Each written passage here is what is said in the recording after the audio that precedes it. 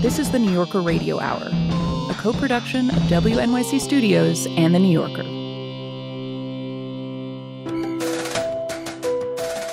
Welcome to the New Yorker Radio Hour. I'm David Remnick. A couple of decades ago, a modestly talented writer of outsized ego named Tucker Carlson appeared on the scene. He was a bow-tie-wearing conservative, writing wise-ass profiles of George Bush and Hillary Clinton and the like, but he became, over time, the voice of the aging, angry white man, the voice of white nationalism and extremist politics. His audience got so large that Tucker Carlson has been talked about as a presidential candidate, a successor to Donald Trump. Then we saw his emails and his text messages disclosed in Fox's legal battle with Dominion voting systems. Those messages made it plain that Carlson's cynicism is even larger than his ego or his ratings. In private, he actually despised Donald Trump, hated him passionately, he said. He expressed disdain for his bosses at Fox and talked about women in the most disgusting terms. His behavior hurt Fox's case with Dominion, and we assume that was a big factor in that enormous financial settlement. Last week, it cost Carlson his perch at 8 p.m. on Fox, and he was fired on Monday. So what does this all mean for Fox News and for the brand of aggrieved right-wing politics that Carlson most effectively championed? I'm joined now by two colleagues who are staff writers here. Andrew Morantz follows politics and the media very closely, and Kelev Hassaneh wrote about Tucker Carlson in The New Yorker. Okay, about 6 years ago, you profiled Tucker Carlson, and I want to get a sense from you initially how he got to where he is today. The Father Coughlin of the right, of the far right, and a supporter of conspiracy theories and a great deal else. So how did he travel this path? Is it pure cynicism, or did he actually change? I mean, it's amazing. You're right. He did start off as a magazine journalist. He wrote what I think are some pretty great pieces for the Weekly Standard. He wrote a piece for Talk magazine, an early profile of George W. Bush, a short-lived venture. And from what I understand, David, you're here as the editor of the New Yorker magazine to make an announcement, a hiring that's going to shock the media world. Is that correct? Is Tucker returning to long-form journalism? Yeah, imagine the tragedy. Imagine the tragedy and the traffic.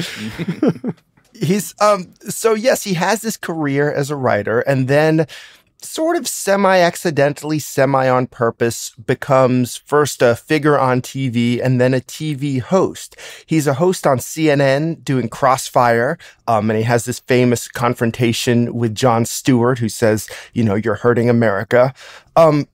He has a short-lived show on PBS. He goes to MSNBC, where he's working for a time with Rachel Maddow before she was well known. And he starts working with Fox News. At the time I profiled him, his show was known for confrontation. But as his show evolved, it became less of a site for confrontation, and it became more writerly, really. It became more known for what they call the A block, where he would deliver this long monologue. Funnily enough, it was similar in structure sometimes to Rachel Maddow. Yeah.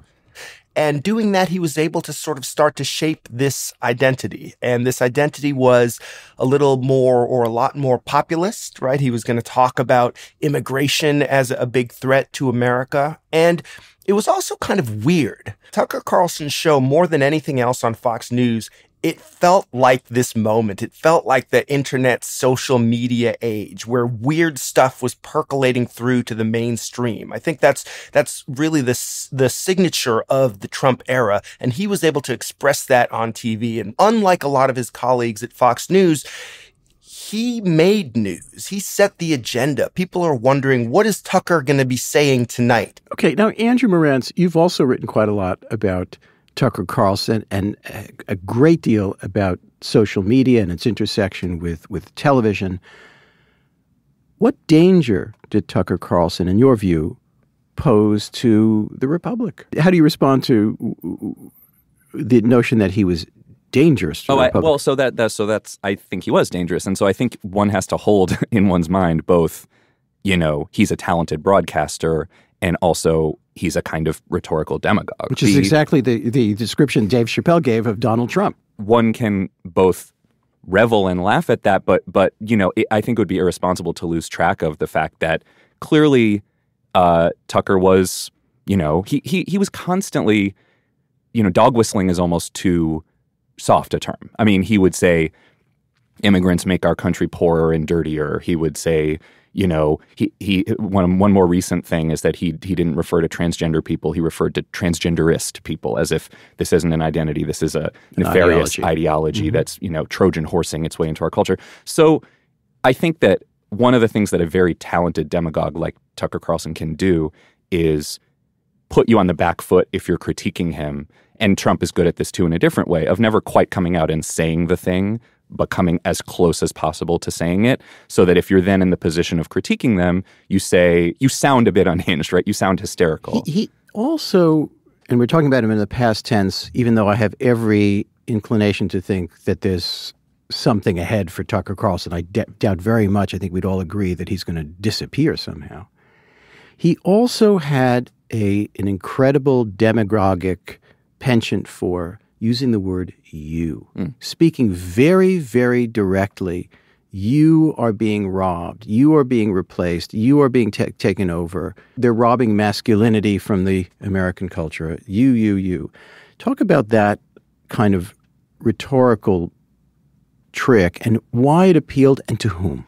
Well, I think to older, more conservative, generally white men or white women who wanted to support the patriarchy. I sound like a pearl clutcher making these critiques, right? But I think we should say it plainly when he would use phrases like legacy Americans, or he would say that Ilhan Omar is being ungrateful because we saved her from a refugee camp and now she's criticizing our country. Okay, just grammatically. Like, what do those things mean? Well, the hell with grammatically. Yeah, morally, it's disgusting. But am I overreacting here? I think it is clear what he means, and it's clearly disgusting, and yet I don't think that it is entirely reducible to that, which in a way makes it more dangerous, because it's not like he just went on air every night and just said, white men, take to the battlements, we must restore our country, right? That would be a boring show.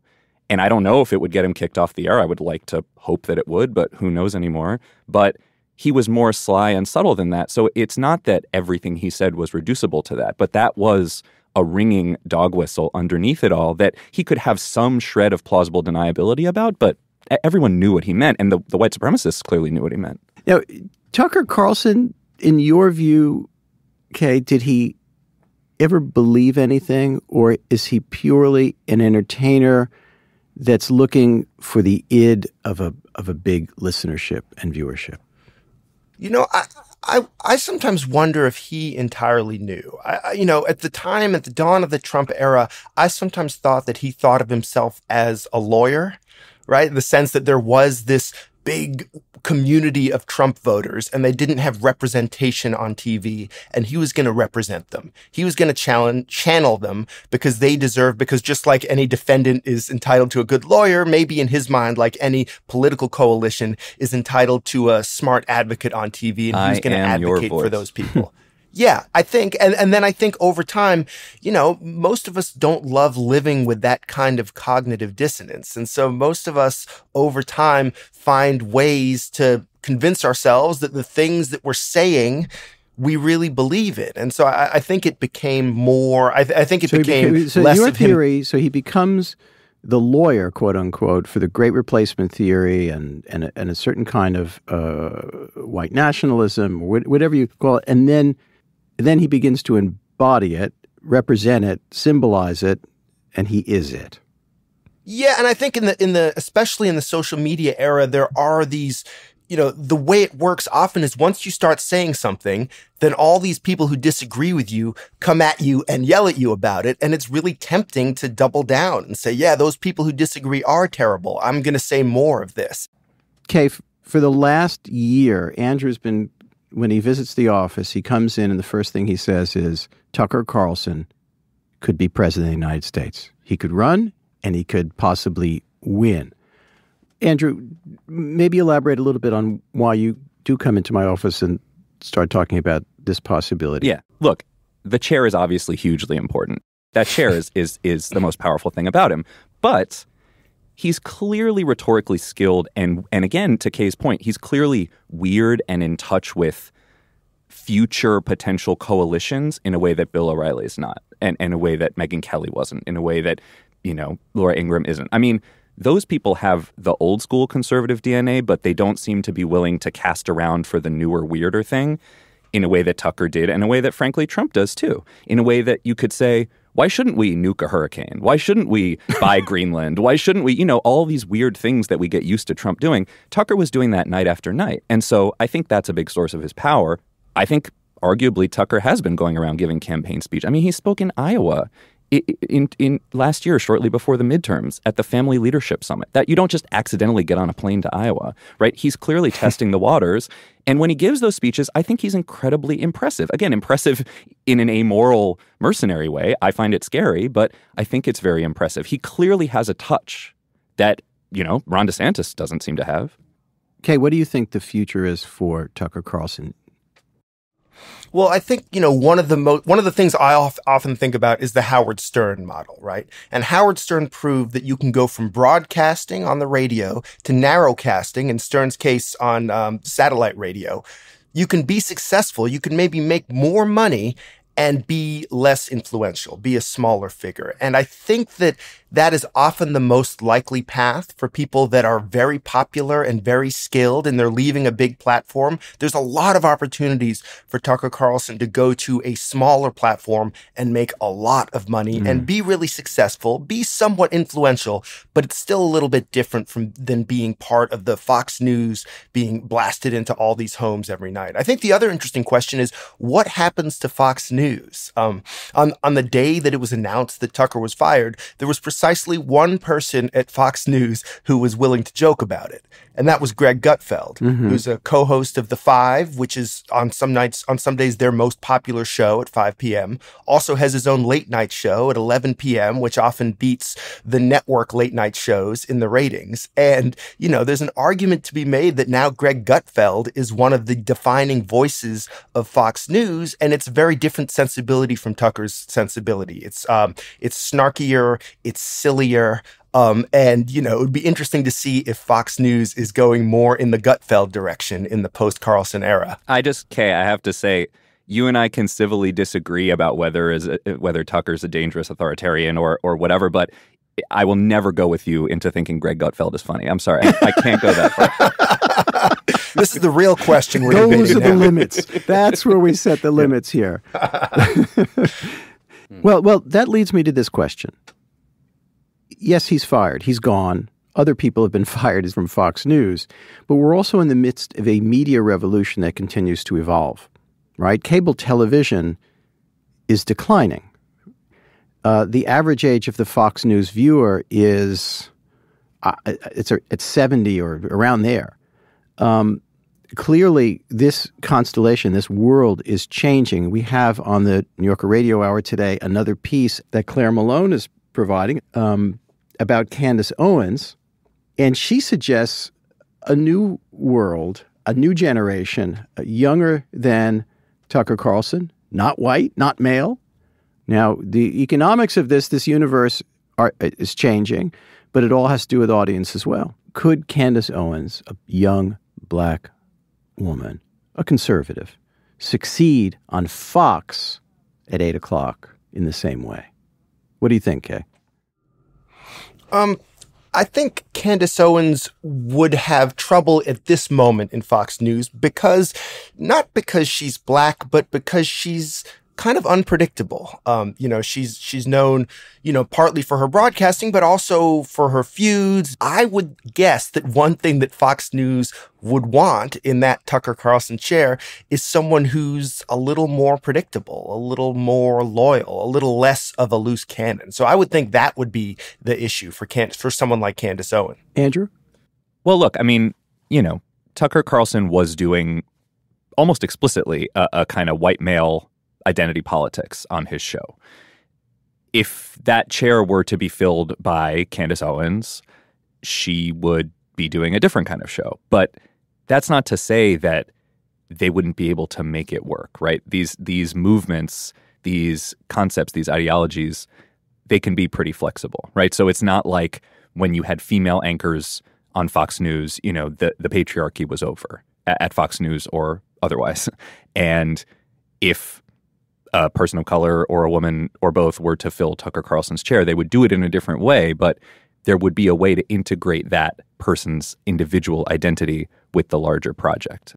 The whole time we're having a conversation like this, we're trying to, guess what's in Tucker's mind or heart or whatever. And ultimately, that's not what matters. What matters is what he shows on the screen. And these words tend to lose meaning. Words like fascist tend to lose meaning because people throw them around at whoever they don't like. Mm-hmm. But if you watch The End of Men, the Tucker Carlson Originals series about how sperm counts in the West, in air quotes, are declining, and what we need to do is get birth rates up so that well-ordered regiments of men can take back order and control.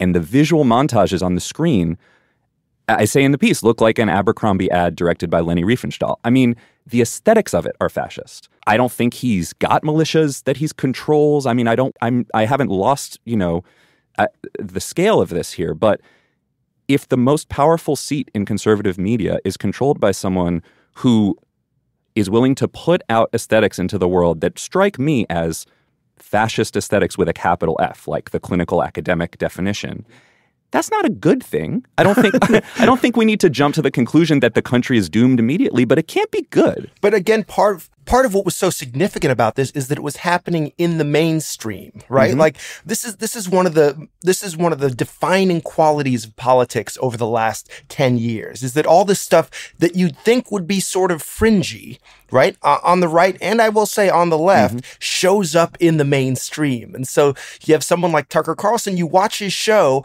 especially as the major advertisers kind of fled, it's, he's doing these kind of slightly weird monologues. Then you've got a bunch of ads for Mike Lindell, My Pillow, and then you're back on the show. It doesn't feel like you're watching like normal mainstream American TV. It feels like you've stumbled down a rabbit hole. Andrew Marantz, Kela Fasani, thank you so much. Thank you. Thank you. Andrew Marantz and Kela Fasani are both staff writers at The New Yorker. This is The New Yorker Radio Hour. More to come.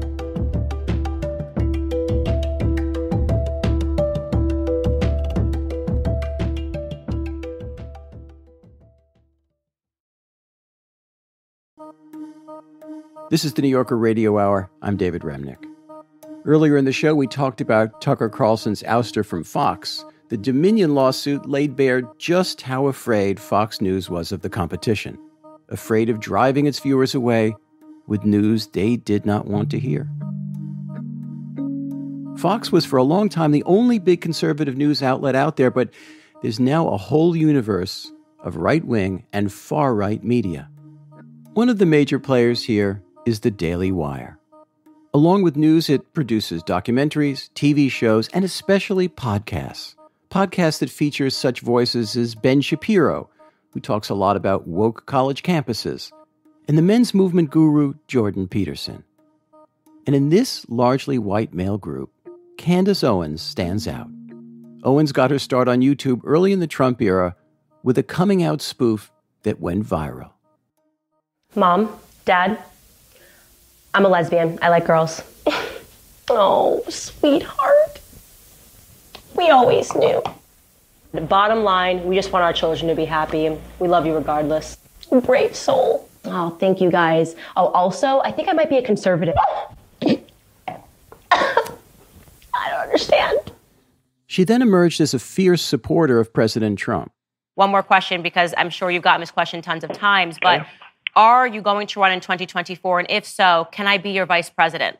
Oh, that's very interesting. Wow, what a good choice that would be. That would be fantastic. Trump, Owens, 24? Yeah, I think that's a great, you would be fantastic. And, I really appreciate the job you do, and everybody does.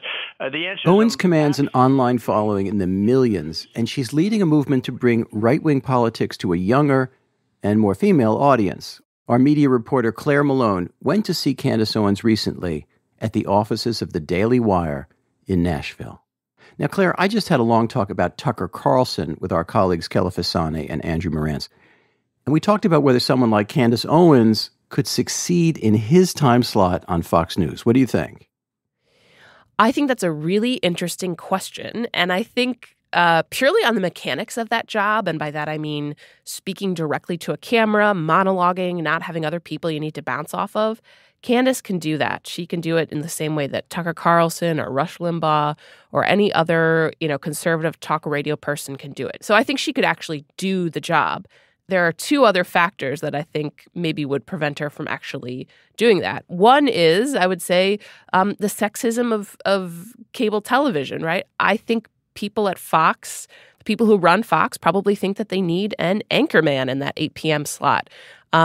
I get a lot of notes whenever I'm on a podcast about the way I speak or my cadence, and I'm sure Candace would also get those. Lots of women get that feedback. So it's easier to pillory a woman in that way, and I think that would probably hold Fox execs back from giving a woman the 8 p.m. slot, personal opinion. Then the second factor, I think, is I don't know if Candace would want to do something like that. Even though the 8 p.m. slot on Fox News is a huge prestige spot in conservative media, she likes that she's speaking to a younger and specific audience on the Daily Wire. She gets to do her own thing. And I think she's got pretty free range. So I'm not sure if she would actually accept a position at Fox News. So, Claire, very often in a story like this, there's a rosebud moment, a pivot moment in somebody's life that turns them from one thing to another. Here's a woman that began her, at least in her youth, she was a pretty standard issue liberal, African-American, left-leaning. Was there a moment where she changed radically, or where she sees that she changed radically? There's a really pivotal moment in Candace's life when she's a 17-year-old senior in high school in Stamford, Connecticut. And she was friends with this boy at school. They had a falling out. Mm-hmm. He was suspended from school. He gets angry at her, calls her, and leaves her very nasty, racist, threatening voicemails while he's in the car with 3 other boys. Now, as it turns out, one of those boys is the 14-year-old son of then Stamford Mayor Dannel Malloy, who would later become the governor of Connecticut. And basically what happens is this turns into a good old-fashioned political scandal. And unfortunately for Candace, she is the 17-year-old at the center of it. She was out of school for 6 weeks. When she comes back, she's surrounded by her family members and the NAACP. There's a lot of local discourse about whether or not she's just, faking all of this for attention. And I think what Candace took away from that experience was she didn't like being a victim. She didn't like feeling powerless. I think there was a lot of personal fallout for her from that moment. She talks about it as sort of the moment where she lost control. She developed an eating disorder, she says, as a reaction to that. She wanted to regain control. And I think even in her life, she's a 30-something-year-old woman now, a huge narrative in, when she speaks to her social media followers or she speaks on her podcast, she talks about shedding a victim mentality. That is kind of your persona, right? Like tough girl. Tough life, And I think that it sets me apart. It shouldn't. You heard me speak to this today. I think it's really weird that we live in this society where everyone's hand is being held at all times and they're being told they're amazing and they're great, and they're obviously not amazing. They're obviously not great. They could be better than they were yesterday. We all have bad days. I certainly have them. And so, life's tough. Get a helmet, I guess, is kind of my perspective. If we all sat around and kumbaya'd and held hands like Drew Barrymore and Dylan Mulvaney, we'd never get off the floor. Okay, and to explain that last little jab, Drew Barrymore now has a talk show, The Drew Barrymore Show. And on it, Drew Barrymore had this sort of admittedly kind of awkward TV moment where she kneeled in front of this sort of infamous in conservative circles trans influencer named Dylan Mulvaney. And that's a kind of pop culture moment that Candace really latches onto because her thing now is talking about pop culture, being very fluent in it, but also telling her listeners, here's what's perverse about it. And Candace is very, very anti-trans. How does she differ, if she differs at all, other than the age of her audience, from Sean Hannity, Tucker Carlson, and that group? Well, I think perhaps first and foremost, though she came into our consciousness as this gung-ho Trump supporter and sort of focusing on electoral politics. We were all glued to the Trump administration and what was going on.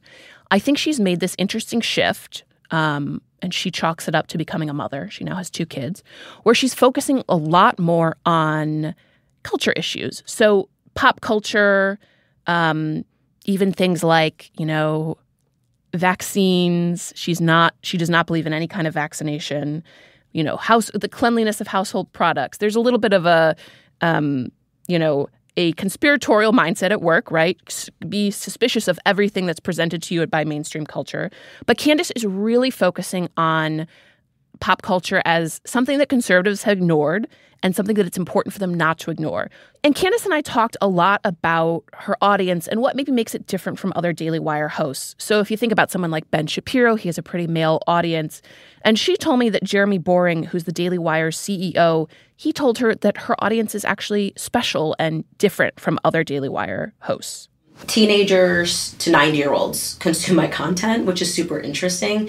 I think that one thing that we've realized is a lot of moms follow me. I have a very strong mother demographic, and I think that's because a lot of stuff I speak about and that I'm passionate about is children, so that makes sense. I mean, Yoga Pants, who's going to watch that and be like, it's going to be moms, so which I have fun with. I am very proud of the work that I do, especially because a lot of it speaks to moms on the left and the right, so that was kind of a very exciting time for me. All right, so she's against Yoga Pants. First of all, I'd like to know what that signifies. But when she talks about a mom demographic, what other topics is she talking about and why? Yeah, and just to quickly explain the Yoga Pants, Candace has a sort of half-joking, half-serious thing that American women look too sloppy. They need to try harder. They need to beautify themselves. And actually, that's it's silly, and she knows it's a little silly, but it's connected to this bigger thing, and this of what she's talking to her audience about, which is basically traditionalism. Sure. She thinks that women should be women and men should be men. And Candace sort of acts that out via social media, via a podcast. This is what a woman should be. She should cook dinner for her husband. She should garden. She should beautify herself. And she should care about her children's school, what's happening, what pronouns are they trying to get your children to use at school is an example that Candace brought up to me. So I think Candace she's actually talking about issues that a lot of Americans think about. Now, is the way that Candace approaches this smart? I don't know. She has really harsh language. She has really a lot of retrograde ideas. Someone said to me, I think of Candace Owens as sort of like the Phyllis Schlafly of the Instagram age. Because she's pushing sort of traditional feminine roles. I love my femininity. I celebrate femininity. I tell women this weird culture of telling women to de-beautify themselves and to be more masculine. I mean, it's just bad. It's just bad. I believe that femininity is an absolute gift. It should be treated as such. I am the opposite of Lena Dunham, I think would be fair to say. Whatever she brought in, I am the opposite of that. Girls are I haven't shaved my armpits and this is encouraging and I'm overweight and now you need to, if you don't like it, there's something wrong with you, which I challenge you the other way. It's you don't need to be a size 0, right? There's opposite extremes and they're not healthy. But to take care of yourself, when did we start looking down on taking care of yourself? Phyllis Schlafly, who, for those who don't remember, was a kind of anti-feminist activist who organized against the Equal Rights Amendment in the 70s. And then you have Lena Dunham, who, of course, was the originator and star of the show Girls, which projected, I think it's fair to say, a very different view of the world than Phyllis Schlafly. She thinks this is a winner. Is she wrong? Candace, again, picks out these moments in pop culture where, maybe an audience does have a reaction to not shaving your armpits or, trans activists being on TV and talking about their experience. Maybe people are uncomfortable with those things that go outside, the traditional, to use the freshman year gender studies class term, the performance of gender. But again, she does it in this really harsh cutting way. Exactly. And I talked a lot about that with her. I said, even if you believe that you are on the right side of history on all those issues, isn't there something to be said for persuasion? You catch more flies with honey than you do with vinegar. But I would also say that, the way she tells it, she's also trying to pierce this liberal Hollywood thought bubble. The problem when there is just an applause and you think it's great and it's a Hollywood applause and you see your favorite actors, like if I was a kid and saw Denzel Washington applauding something, I'm like, oh my gosh, well, I think he's so cool, then it must be cool. You have to answer that. You have to say it's not cool, actually. Let me actually make you understand what this really entails. Because if you go down this route and you decide to take puberty blockers, again, using the example of Dylan Mulvaney, because we're talking about trans issues, here's what can happen to your body. And here is why I bring you Walt Heyer. Here's why I bring you these other people that went through this route. Here's why I bring people that are suing their doctors. You talk to culture because it needs a response. And just so people know, Walt Heyer, who Candace is referring to there, is someone who lived for a few years as a transgender woman and then detransitioned. So you can't fight culture by refusing to talk about it. It doesn't even make sense. And this has been, in my opinion, a huge reason that conservatives ceded so much ground to the left, because we stuck up our nose to culture. I don't stick up my nose to culture. I consume culture, and it is very important for me to contextualize culture so that for all the young teenagers that are following me, rather than just seeing Dylan Mulvaney pretending to be a woman and receiving awards and being applauded by Hollywood and sitting down with Drew Barrymore and thinking, wow, that's really cool, they now have somebody talking about this and saying, actually, this isn't cool. So now they can start thinking critically, which makes more sense to me. So she made some pretty explosive comments about gender during your interview, and she does that routinely. She's also extremely provocative on race, like last fall when she and Kanye West, who she's close to, showed up to Paris Fashion Week in matching shirts that said, "White Lives Matter." What kind of argument were those two trying to make? This is the argument that has kind of been Candace's bread and butter since she broke out. She talks about how Black Americans, in her phraseology, need to leave the plantation of the Democratic Party, and she's purposefully provocative in that language. She's been extremely critical of the Black Lives Matter movement and about George Floyd in particular. Here's what she said on her show the day that the verdict was delivered for Derek Chauvin. I have to appreciate people that were trying to create a pressure campaign for me on Twitter saying, I wonder what Candace is going to say. Even Republicans agreed that this was the right call. I don't care who agrees that this was the right. I don't care if it's a Republican. I don't care if it's a Democrat. I don't care if it's a white person. I don't care if it's a Black person. I am not so much of an intellectual coward that because the mob decides something, because the lie about George Floyd and the way that he lived his life has become so big that we just have to now accept it as the truth. And believe me, this is a lie. So the lie she's referring to is what she sees as the media whitewashing of Floyd's personal shortcomings. She made a documentary that focused heavily on his history of addiction, and Candace continues to say that Floyd died from an overdose, though that was determined not to be the primary cause of his death. This is a hard question, but how sincere is she about what she says about George Floyd? Yes, we know George Floyd's life was complicated. Nobody is disputing that. But isn't this just a naked grab for audience, attention, and everything that goes with it? You're right, it is a hard question. And I talked to Leah Wright-Rigueur, who's a scholar who wrote a book called The Loneliness of the Black Republican. And she's someone who thinks a lot about Candace. And Leah puts Candace in this category of racial provocateur, of which there's a long history in the U.S. But I think what's different about Candace is the technology that she's operating with. Do I think she believes those very personal critiques of George Floyd? Yes, I do. I think that she's got a very contrarian, conspiratorial worldview, and she immediately reacted to what she saw was an undue hagiography of a flawed person. I also think she can be quite harsh in her judgments of people. I also think she knows very cynically what subjects will go viral. And so being a provocateur, talking about George Floyd in this really mean way, she knows will go viral. And this digital age means that Candace's platform technology helps amplify what is a small group of right-wing Black Americans saying really outre things, in some ways giving cover for white Americans who think that the George Floyd story is a conspiracy to say, oh, well, look, a Black person said it. You know, I'm not being racist if I say this thing. So Candace is providing cover. Finally, let's look at 2024, and I want to listen carefully to this exchange that you had with Candace Owens about what she thinks might be the crucial culture war issues in the presidential race coming up.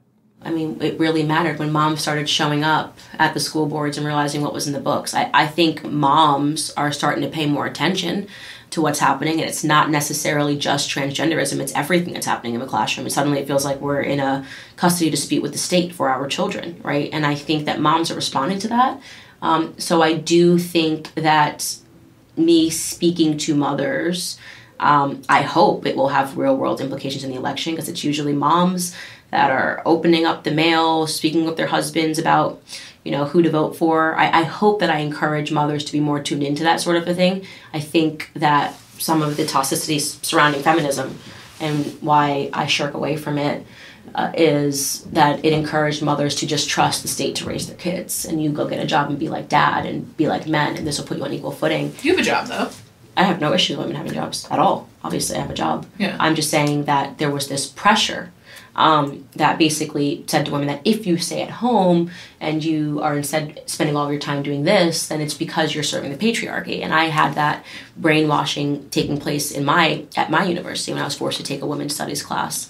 And they basically, that was the whole point. Men are awful, men are terrible, and the one way that you can beat men is to compete with them at every level. I don't feel that way anymore. I don't feel like I want to compete with men. And I, again, give women permission to aspire to be a stay-at-home mom. All right, let's leave aside the assertion that she was forced to take a women's studies class. That bears checking. But she is using the word over and over again. It's like a mantra. Moms, mm-hmm. I'm speaking to you. Do you think in the upcoming race that could really help? You've got all these male culture warriors on the right. You've got DeSantis himself, who's making culture more and more and more at the center of his campaign, and Trump, of course. Do you think this works for the Republicans?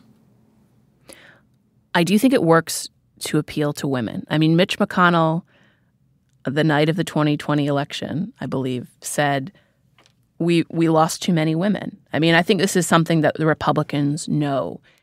And I do think that there's something to be said for moms, for suburban women turning out in elections.